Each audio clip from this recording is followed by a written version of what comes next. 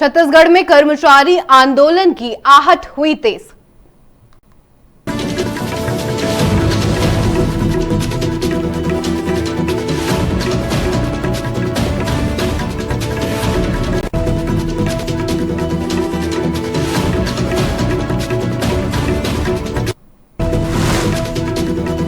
छत्तीसगढ़ में भारत माला घोटाला, ईडी ने 9 ठिकानों पर की छापेमारी।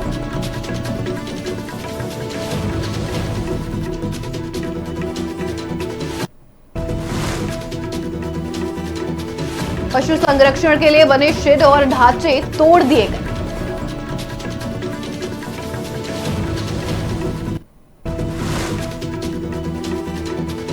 मुठभेड़ में 4 नक्सली ढेर, 35 गिरफ्तार, वीरता पदक जवानों।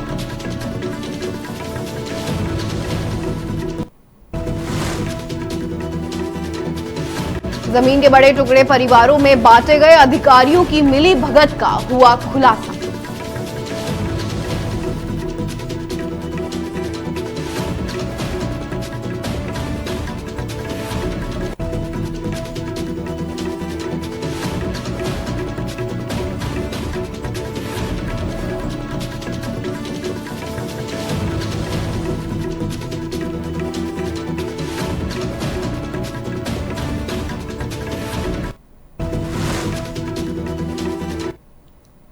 नमस्कार, बहुत बहुत स्वागत है आपका। आप देख रहे हैं न्यूज टीवी इंडिया। मैं हूं आपके साथ स्नेहा सिंह। शुरुआत करेंगे छत्तीसगढ़ की कुछ खास खबरों के साथ।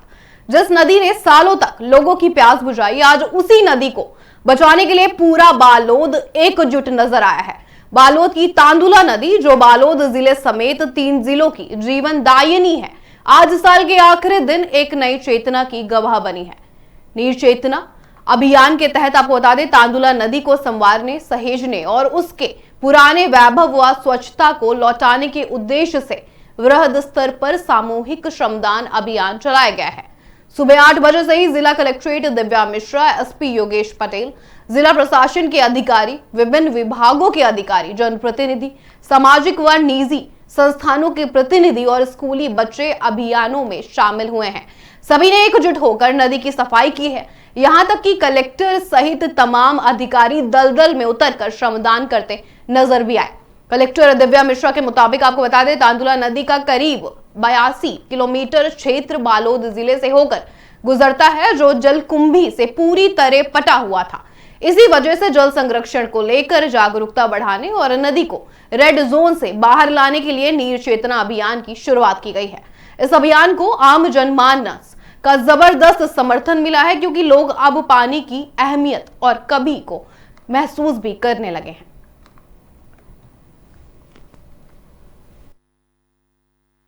देखिए, तांदुला नदी जो है वो 3 जिलों की जीवनदायिनी है और सबसे ज्यादा 82 किलोमीटर का एरिया जो है वो बालोद जिले से होकर गुजरता है। और नदी की स्थिति आपने देखी थी कि पूरी जलकुंभी से पटी हुई थी। हालांकि ये अंतः सलिला है, तो इसलिए ये विचार मन में आया कि वैसे भी जो है जल के प्रति जागरूकता हमको लानी ही पड़ेगी। हमारा बालोद जिला जो है वो बहुत क्रिटिकल स्टेटस पर है, रेड जोन से गुजर रहा है, इसलिए इस नीर चेतना अभियान की शुरुआत की गई है ताकि लोगों को इससे जोड़ा जाए, उनके मन में पानी के प्रति एक अवेयरनेस आए कि पानी और हवा के बगैर आगे आने वाला जीवन संभव नहीं है। तो मैं समझती हूँ कि जो ये प्रशासन की तरफ से नीर चेतना अभियान शुरू किया गया, आप देख सकते हैं कि इसका बहुत अच्छा प्रतिसाद है। लोग आम जनमानस इससे बहुत तेजी से जुड़ा है, क्योंकि पानी की कमी की आवश्यकता जो है वो बहुत लोग महसूस कर रहे हैं। तो मैं उम्मीद करती हूँ कि आगे आने वाले समय में हम इसी जज्बे के साथ इस अभियान को और आगे बढ़ाएंगे और आगे आने वाली बारिश में तांदुला अपने जो है वो कल स्वरूप में आप सबको दिखाई देगी। बहुत अच्छा प्रयास है।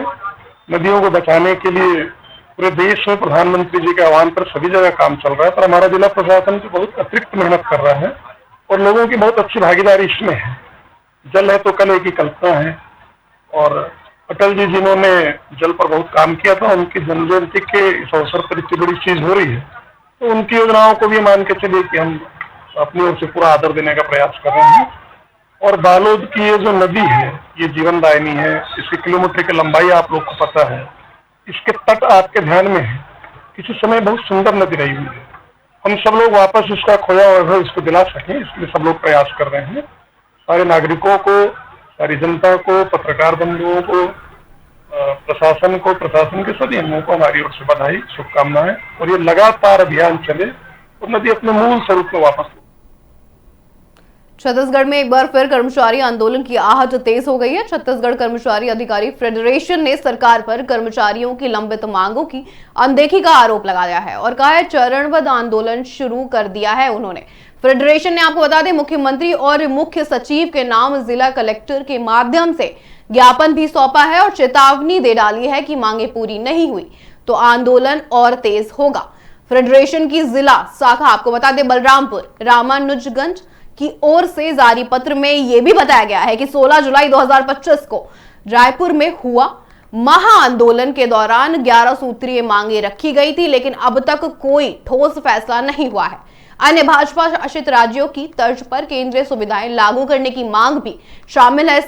इसी के विरोध में 125 मान्यता प्राप्त संगठनों के आह्वान पर 29 दिसंबर से 31 दिसंबर 2025 तक जिला स्तर पर चरणबद्ध आंदोलन किया जा रहा है और मांगे नहीं मानी गई तो आंदोलन को और व्यापक किया जाएगा, ये चेतावनी साफ दे दी गई है।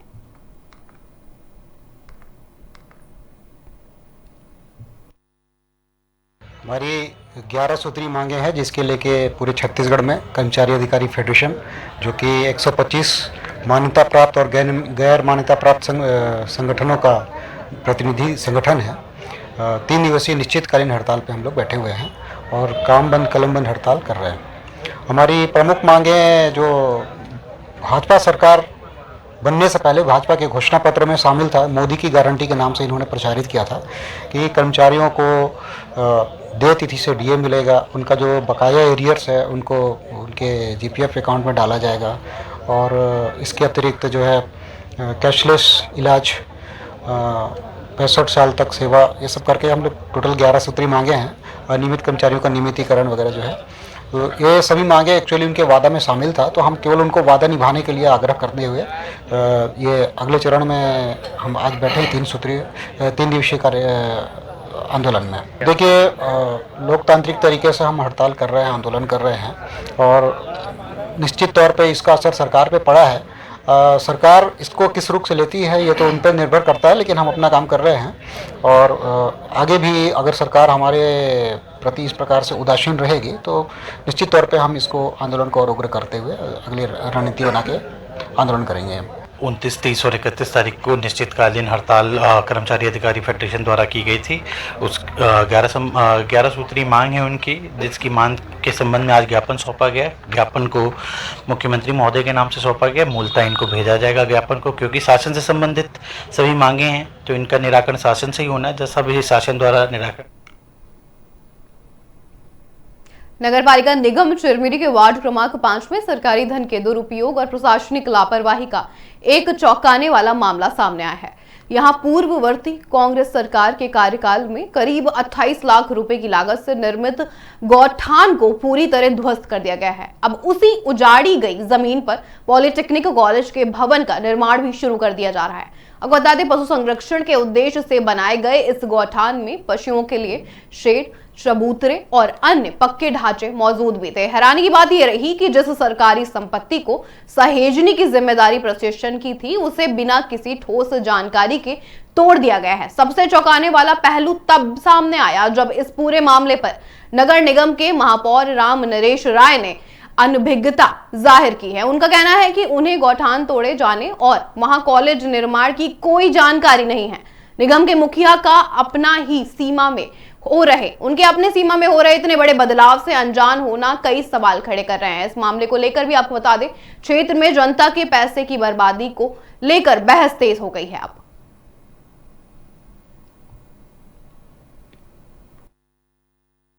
देखिए, चिरमिरी नगर निगम जिस तरह से नियम कानूनों को पूरी तरह अनदेखा करके अपने मनमर्जी शासन को चला रही है, ऐसा लगता है कि अधिकारियों के घर की खेती है। यहाँ गौठान बना था भूपेश बघेल जी के सरकार में, और आज देखिए, ना तो कोई अनुमति है, ना सामान सभा हुआ ही नहीं है, तो प्रस्ताव का तो बात ही नहीं है। तो इस तरह से बिना निकाय के अनुमति के जो महापौर हैं या उनकी समितियां हैं, उन लोगों के बिना अनुमति के मनमर्जी ढंग से इस तरह से तोड़ना और तोड़कर फिर आप बनाना। पॉलिटेक्निक तो चिरमिरी में सैंक्शन है, चिरमिरी में बनेगा, ये कोई नया बात नहीं है। लेकिन इस तरह एक सरकारी संपत्ति को लगभग 41 लाख रुपए जो उसमें इन्वेस्ट हुए थे, उन पैसों का क्या होगा, उन पौधों का क्या होगा जो यहाँ लगे थे, वो संसाधनों का क्या होगा, या तो चोरी हो गए या कहीं ले लिए गए होंगे। तो 40 लाख रुपए की जो बर्बादी चिरमिरी नगर निगम के गलती के कारण, उनके गलत कार्य प्रणाली के कारण हुआ है, इस पर जो जिम्मेदार अधिकारी हैं, शासन को चाहिए कि जो ये पैसे हैं उस अधिकारी, वो इंजीनियर, वो कमिश्नर या जो भी इसमें संबंधित जो जिम्मेदारी बनती है जिस अधिकारी की, उसके वेतन से ये 40 लाख रुपए की रिकवरी की जाए, इसकी हम मांग करते हैं। नहीं, देखिए, गौठान बना था इस बात की तो मुझे जानकारी है, लेकिन आप लोगों के चैनल के माध्यम से ये पता चला है कि वो गौठान को पूरी तरह से तोड़ दिया गया है, और ये आपके चैनल के माध्यम से मुझे जानकारी मिली कि तोड़ दिया गया है, और ना ही मुझे इस संबंध में अधिकारियों के द्वारा कोई जानकारी उपलब्ध कराई गई है कि गौठान का तोड़ दिया गया है। ये लगभग 2020-21 की बात है, जो गौठान का निर्माण कांग्रेस काल में जब करवाया जा रहा था, वार्ड क्रमांक 5 में कराया गया था, इसकी लागत कम से कम 20 लाख रुपए से की जा रही थी, टेंडर हुआ था। इसके बाद 8 लाख को बढ़ाने के लिए कलेक्टर साहब का निर्देश हुआ, फिर 28 लाख का ठेकेदार के द्वारा बनाया गया, लेकिन वहीं पॉलिटेक्निक कॉलेज का भूमि पूजन भी किया गया, जबकि गौठान को तोड़कर। क्या कहेंगे? नहीं, देखिए, ये तो आपका कहना बिल्कुल सही है, गौठान का निर्माण नगर निगम की ओर से किया गया था, लेकिन तोड़ने के संबंध में जो जानकारी बता रहे हैं वो मैं उस संबंध में अधिकारियों से एक बार राय लेकर के। नक्सल हिंसा से जूझते दंतेवाड़ा में अब डर नहीं है, बल्कि बदलाव की तस्वीर साफ दिखाई देने लगी है। जहां कभी गोलियों की आवाज गूंजती थी, वहां अब शांति और भरोसे की आहट सुनाई दे रही है।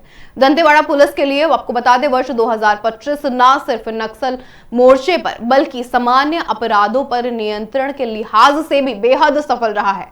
केंद्र सरकार ने मार्च 2026 तक नक्सलवाद के खात्मे की डेडलाइन तय कर दी है, और उससे पहले ही दंतेवाड़ा पुलिस इस दिशा में लगातार मजबूती से आगे भी बढ़ रही है।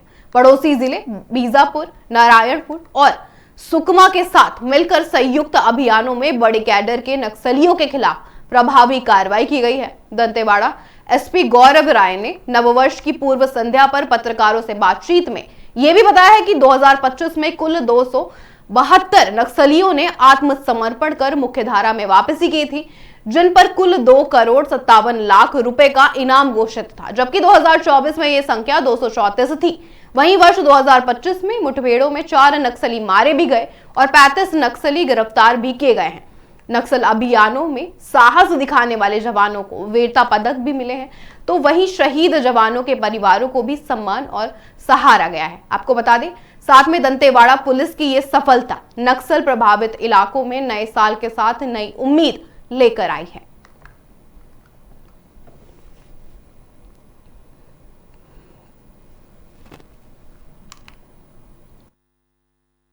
सबसे पहले दोबारा पुनः स्वागत आप सभी का। आपके माध्यम से आपको और पूरे क्षेत्रवासी को नव वर्ष की एडवांस में हार्दिक बधाई। आज हम लोग यहाँ उपस्थित हुए हैं जो ईयरली हमारा पुलिस की जो एक्टिविटीज रहती है तो उसके बारे में ब्यौरा देने के लिए। तो दंतेवाड़ा पुलिस के लिए 2025 वर्ष काफी अच्छा वर्ष रहा। सभी पहलुओं पे अच्छा काम लगभग हुआ है, और जहाँ जहाँ पे नहीं हुआ है, जहाँ कमी भी है, तो हमारा ये प्रयास है कि हम उसको और अच्छे से करें, क्योंकि कोई भी परफेक्ट तो होता नहीं है, तो हम लोग उसको और इम्प्रूव करेंगे। अगर देखा जाए तो सर्वप्रथम नक्सल अभियान में 2024 वर्ष में 234 नक्सली ने आत्मसमर्पण किया था, जिन पर कुल 90 लाख रुपए का इनाम घोषित था। इस वर्ष 2034 के मुकाबले 2025 में 272 नक्सलियों ने आत्मसमर्पण किया है, और अगर देखा जाए तो उसमें कार्डर्स, सीनियर कार्डर्स भी हैं, क्योंकि इनाम की राशि 90 लाख से 2,97 लाख है। इसके साथ ही जो आत्मसमर्पित नक्सली जो देते हैं, हम लोग हमेशा बताएं कि पुनः मार्गे अभियान के तहत और छत्तीसगढ़ शासन की पुनर्वास नीति के तहत उनको प्रोत्साहन राशि दिया जाता है और साथ में फिर हम लोग ट्रेनिंग भी कराते हैं।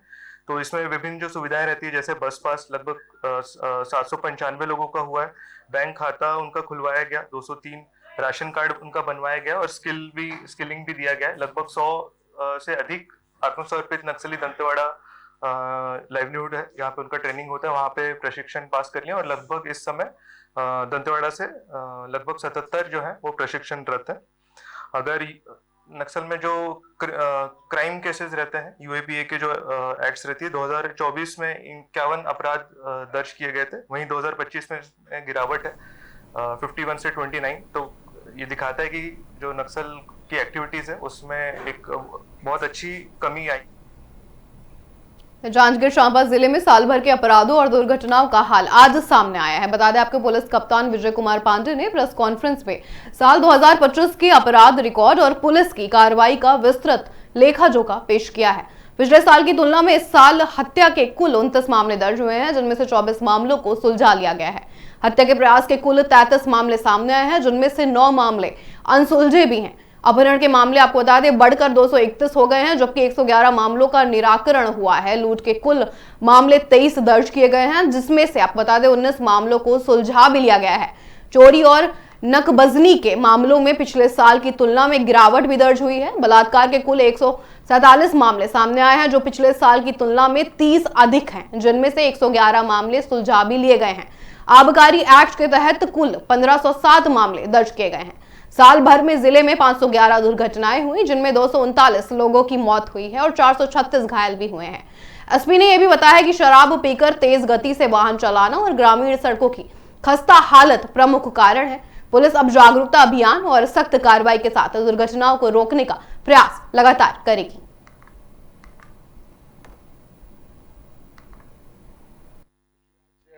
प्रेस ब्रीफिंग में यहाँ 31 तारीख को खोखराबाटा पुलिस लाइन में हमने समालोचनात्मक एक ब्रीफिंग किया है, जिसमें हमने अपने आप को भी कसा है। तो हमने ये पाया है कि अपराधों में वृद्धि परिलक्षित हो रही है।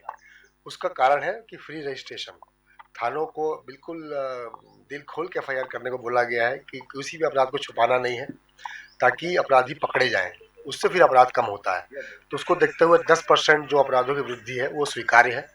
लेकिन संगठित अपराध जो होते हैं, गैंग वगैरह जो यहाँ पे काम करते रहते हैं, रेत घाटों पे बहुआ पाउचों की जो वितरण है उसको लेके उस पर नकेल कसी है। हमने गुंडा बदमाश निगरानी फाइलें और जिला बदर के कई प्रकरण पेश किए हैं, जिससे कि संगठित अपराधों पे लगाम कसी गई है। इसके अलावा सड़क दुर्घटनाओं में भी बहुत मामूली वृद्धि परिलक्षित हुई है। तो उस पर बहुत ज़्यादा काम किए जाने की ज़रूरत है। आज की ब्रीफिंग द्वारा हमने यही समझा है, आप लोगों के जो कुछ प्रश्न आए हैं कि हमको किन दिशाओं में काम करना है और कैसे सड़क दुर्घटनाओं में कमी लाना है और जो संगठित अपराध है उसमें कमी लाना है, ये हम प्रयास नए साल में करेंगे। देखिए, रेत जो चोरी की रेत को जो पकड़ना है, नदी घाटों में जो चोरी होती है, वो एक जॉइंट काम है। उसमें पुलिस के अलावा माइनिंग प्रशासन सभी मिलकर काम करते हैं और इसमें सूचना जब भी मिलती है और पेट्रोलिंग के दौरान भी यदि किसी रेत घाट से रेत चोरी हो रही होती है तो वहाँ ज्वाइंट टीम जाती है और उस पर कार्रवाई करती है। और इसके अलावा जो है सरपंचों को और गांव में भी पुलिस ने अपने माइनिंग वालों ने अपने आदमी रखे हैं, जो कि समय समय पर सूचना देते हैं कि किस तरह से रोज चोरी को रोकने के इस तरह से उपाय हम लोग कर रहे हैं। जांजगीर चांपा जिले में हरे भरे जंगलों और खेतों पर अब अवैध पेड़ों की बलि खुलकर हो रही है। फसल कटते ही खेत खाली होते हैं और उसी खालीपन में पेड़ों की कटाई शुरू हो जाती है। ग्रामीण ये भी बताते हैं कि खरीदार फसल कटने के बाद खेतों में पहुंचते हैं, पेड़ों की लंबाई और मोटाई नापते हैं, दाम तय करते हैं और फिर बिना किसी अनुमति के आरा चला दिया जाता है। सब कुछ दिन दहाड़े खुलेआम हो रहा है, लेकिन वन विभाग क्यों मौन साधे बैठा हुआ है? कहां है पेड़ काटने की इजाजत और परिवहन पास? कहां है जांच और कार्रवाई? लकड़ी ट्रैक्टर और पिकअप में भरकर बेखौफ ले जाई जाती हैं ये सारी चीजें। ग्रामीणों का यह भी आरोप है कि ये सब मिली भगत का नतीजा है। गिरोहों पर कार्रवाई नहीं होती है क्योंकि अंदर खाने 60 गांठ हो रखा है अंदर सब कुछ। हर साल सैकड़ों पेड़ कटते हैं और कोई जिम्मेदारी सामने नहीं आती, ना ही कोई जिम्मेदार। हर पेड़ सिर्फ लकड़ी नहीं होती, हर पेड़ एक जीवन होता है, ये ग्रामीणों का भी कहना है। उनका कहना है कि हर कटता पेड़ भविष्य पर हमला है हमारे। पर्यावरण बचाने की बड़ी बड़ी बातें करने वाला तंत्र जमीनी हकीकत में मौन साधे बैठा हुआ है। अब सवाल उठते हैं कि अवैध कटाई पर कब लगेगी रोक, दोषी अधिकारियों पर कब होगी कार्रवाई, या यूं ही हरे खेत बंजर बनते रहेंगे।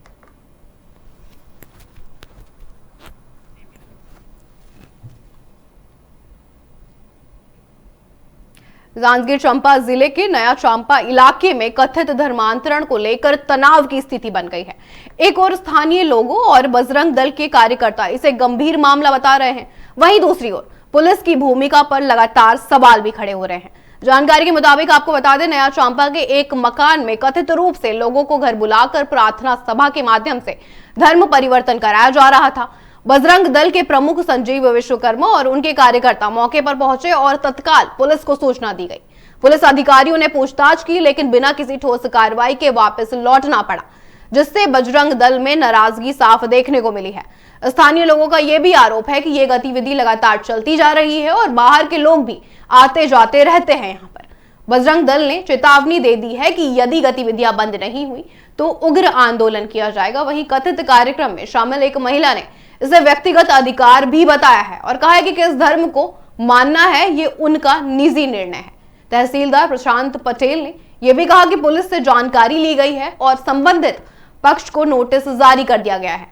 नया चांपा में विवाद बढ़ता जा रहा है। अब देखना यह होगा कि प्रशासन और पुलिस इस मामले में आगे क्या कदम उठाते हैं।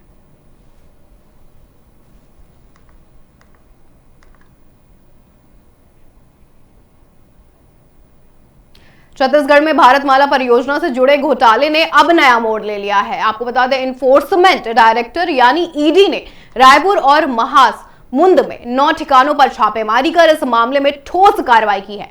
ईडी की टीम ने छापेमारी के दौरान 40 लाख रुपए नकद, डिजिटल डिवाइस और कई आपत्तिजनक दस्तावेज भी जब्त किए हैं। जांच में यह भी सामने आया है कि जमीन के बड़े टुकड़ों को जानबूझकर परिवार के सदस्यों के बीच छोटे हिस्सों में बांटा गया है ताकि लेन देन की ट्रैकिंग मुश्किल हो जाए। सूत्रों के अनुसार अधिकारियों की मिलीभगत के चलते राजस्व रिकॉर्ड में भी हेराफेरी की गई है। इस मामले में कई अधिकारी और जमीन दलाल अब जेल के अंदर है और जांच लगातार आगे भी बढ़ रही है। ईडी ने प्रेस नोट जारी कर मामले की जानकारी साझा की है और स्पष्ट कर दिया है कि 36 परियोजना में आपको बता दें घोटाले की तब तह तक वो जाएंगे और सभी जरूरी कदम उठाए जाएंगे।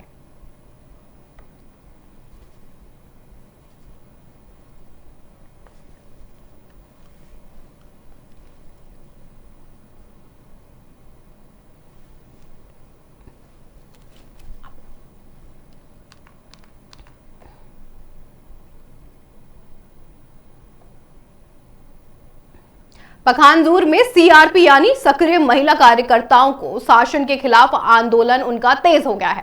सिर्फ 1910 रुपए प्रति माह मानदेय में गुजारा असंभव होने का आरोप लगाते हुए उन्होंने अपना गुस्सा जाहिर किया है। बता दें, छत्तीसगढ़ एनआरएलएम अभियान के तहत काम करने वाली सीआरपी कार्यकर्ता कम वेतन, अनियमित भुगतान और बढ़ते कार्यभार से परेशान है। उनका यह भी कहना है कि घर का खर्च, बच्चों की पढ़ाई और ऑनलाइन व फील्ड कार्य इस काम मानदेय में संभालना बहुत मुश्किल है। उनका कहना है कि पैसे बहुत कम मिलते हैं।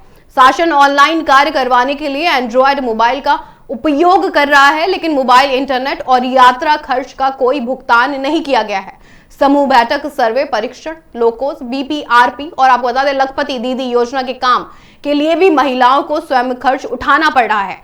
संघ का यह भी कहना है कि राज्य स्तर से भुगतान भेजा जा चुका है, लेकिन जमीनी स्तर पर महिलाओं तक नहीं पहुंचा। यह न्यूनतम वेतन अधिनियम का उल्लंघन है।